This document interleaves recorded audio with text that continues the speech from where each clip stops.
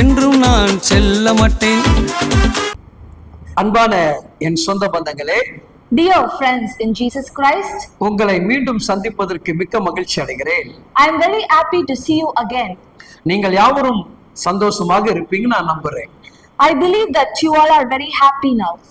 குடும்பத்தோடு தேவன் உங்களை ஆசீர்வதித்துக் கொண்டிருக்கிறார். God is blessing you by a family. இந்த ஆண்டு இன்னும் அதிகமாக ஆசீர்வதிக்க போகிறார். This year He will bless you more.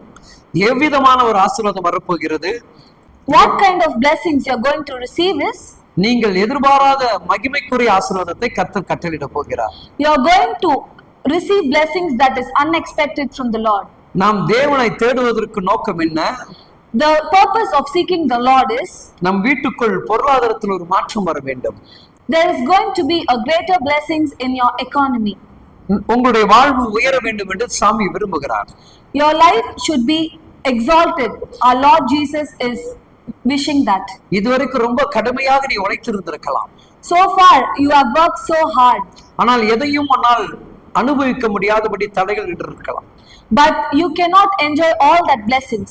இன்றைக்கு தேவன் சொல்லுகிறார், Today our Lord Jesus is telling us, உன்னுடைய குடும்பத்தை ஆசீர்வதிப்பேன் சொல்லுகிறார். I will bless your family. The Lord is saying us. உன் பிள்ளைகளையும் ஆசீர்வதிப்பார். He will bless your children. உன் தொழில் ஆசீர்வதிக்கப்படும். He will bless your works. உன் ஊழியங்கள் ஆசீர்வதிக்கப்படும். He will bless your ministry. உன் வேலை ஸ்தலங்கள் ஆசீர்வதிக்கப்படும். He will bless your workplace. உன் உறவுகளுக்கு முன்பாக நீ மேன்மை பெற்ற மகனாக காணப்படுவாய். You will be exalted in the front of your family.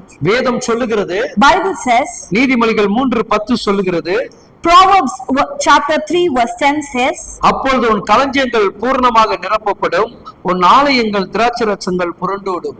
Then your barns will be filled with plenty, and your vats will be bursting with wine. கவனித்து பாருங்கள். Please listen. இந்த வார்த்தை என்ன சொல்லுகிறது? The word says, என் வீட்டு எப்போது நிறைந்திருக்கும்.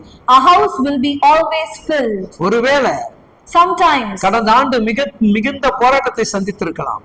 maybe faced a lot of struggles last year, ஆனா இந்த ஆண்டு but this year அதுக்கு எல்லாமே மாறுதலாக தேவன் கொடுக்க விரும்புகிறார். He will give you all changes in your life, ஏனென்றால் உன் வீடு தேவனுடைய ஆசீர்வாதத்தால் நிரப்பப்பட போகிறது. because your house is going to be filled with God's blessings. என் அன்பு மகளே, My dear daughter, வியாதிகளை சுமந்து கொண்டு இருக்கிறாய். you are carrying some sickness. மிகப்பெரிய கடன் நெருக்கடிகளை மாட்டிக்கொண்டு இருக்கிறாய். You are surrounded by debt. ஆனால் எனக்கு இத்தனை ஆண்டு காலமாய் எனக்கு விடுதலை கிடைக்கல என்று சொல்லி அழுது புலம்பிக் கொண்டிருக்கிறாய். But you are crying that you have not been relieved from all those things. இன்றைக்கு பரிசுத்த தேவன் சொல்லுகிறார், Today the Almighty God says, உன் வியாதிகள் மாறுகிறது. you will be healed from all your diseases. கடன் நெருக்கங்களிலிருந்து தேவன் விடுவிக்கிறார். You will be relieved from your debt. உன் வீடு கர்த்தருடைய கிருபையுள்ள வீடாக மாறுகிறது. Your house will be filled with God's grace. வேதத்தில் ஒரு சகோதரி உண்டு. In the Bible there is a lady. அவருடைய வாழ்வில் மிகப்பெரிய கடனால் அவதிப்பட்டாள் என்று பைபிள் சொல்லுகிறது. She was struggling with a huge debt. ஒரு தேவ மனிதனுடைய வார்த்தையை விசுவாசித்தாள். She believed in a God's man. என்னை கேட்டுக்கொண்டிருக்கிற அன்பு சகோதரியே, The lady who is listening to this right now, இன்றைக்கு தேவனுடைய வார்த்தையை நீ விசுவாசிப்பாய் என்று சொன்னால், when you are going to believe this Lord's word, வேதத்தில் அந்த ஸ்திரீக்கு செய்ததை காட்டிலும் உனக்கு மேன்மையானதை செய்வார்.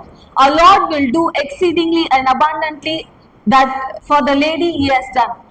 அந்த மகளை விடுவித்ததை போல உன்னையும் கர்த்தர் விடுவிப்பார். He'll also deliver you like He did for that lady in the Bible. ஒருவேளை கொஞ்சமான வருமானமாக இருக்கலாம். Maybe you are earning a very little amount of money.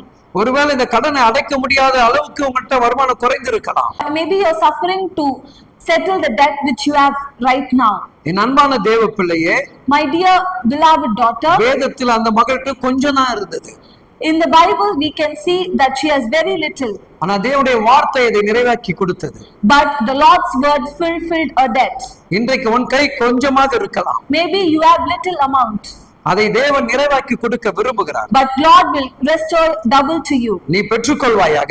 You will receive it. இது உனக்கான நேரம். This is your time. உன்னுடைய பிரச்சனை தீர்க்கக்கூடிய நேரம். Your problems will be getting solved. இயேசு சுவாமி உன்னை விடுவிக்கிறார். God is resolving right now. என் அன்பு தேவ பிள்ளைகளே, My dear உன் கடன் கட்டுகள் அறுக்கப்படுகிறது. your debt will be restored. rescue. பொருளாதாரத்தில் ஒரு பெரிய மாற்றங்கள் ஏற்படுகிறது. You will see a breakthrough in your finances. தேவனுடைய வார்த்தை நிறைவேற்றப்படும். God's word will be fulfilled. அப்படியே கர்த்தர் செய்வாராக. He will do like that itself. Amen. Amen. Amen. Amen.